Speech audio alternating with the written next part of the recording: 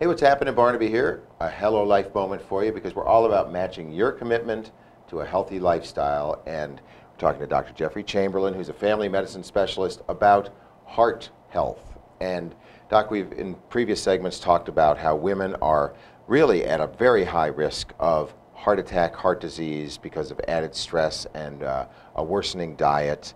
But there's children as well.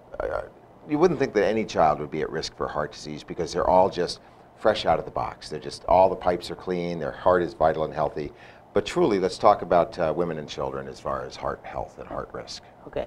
Yeah, children are a big, something that we're really making changes to of how we're treating them. More and more kids are obese and overweight, which are pushing up cholesterol levels. And then there are people who naturally, genetically, have really high levels of cholesterol and are at high risk of having heart attacks at a relatively young age. And so there's been some debate about, well, should we check children's cholesterol levels? And 8, 9, 10-year-olds, should we be checking their cholesterol levels? Some people say, hey, if the kid's overweight, we need to be checking their levels to see if their cholesterol is high. If it's high, we really need to change their lifestyle, eating right and exercise. Same thing as if there's family members who've had heart attacks at young age, we need to check their cholesterol at a young age to see, hey, can we do something now to change those numbers? So there's some people say, well, we should really check them at a young age.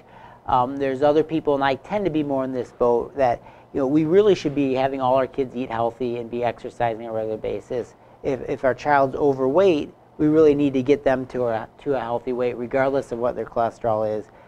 So we should be teaching all our kids to eat healthy and to exercise on a regular basis. Well, here's a quick anecdote for you. I bought a dozen Granny Smith apples yesterday and tried to sell half of it to my neighbor down the way because she's got 2 kids.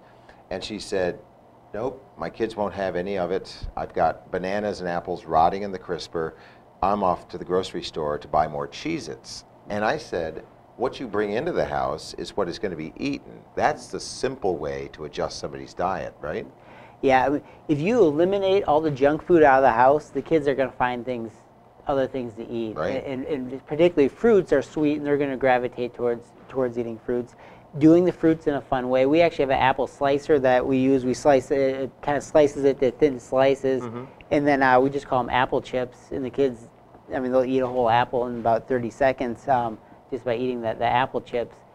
So just doing things in a different way that looks fun and exciting can make a big difference also. Yeah, my wonder is, I've got a 7-year-old son, and he's fit because he runs around quite a bit. And his diet is like every kid's, probably a little too much sugar. What's the harm in getting a baseline? Cholesterol test, pretty non-invasive. Why not just try to figure out where he or she is at this moment in life, and then you can operate intelligently as far as subtracting things if need be. Yeah, I mean, you can do that. I'm not saying people can't do that, but then it kind of leaves a couple things. If it's high, what are we going to do?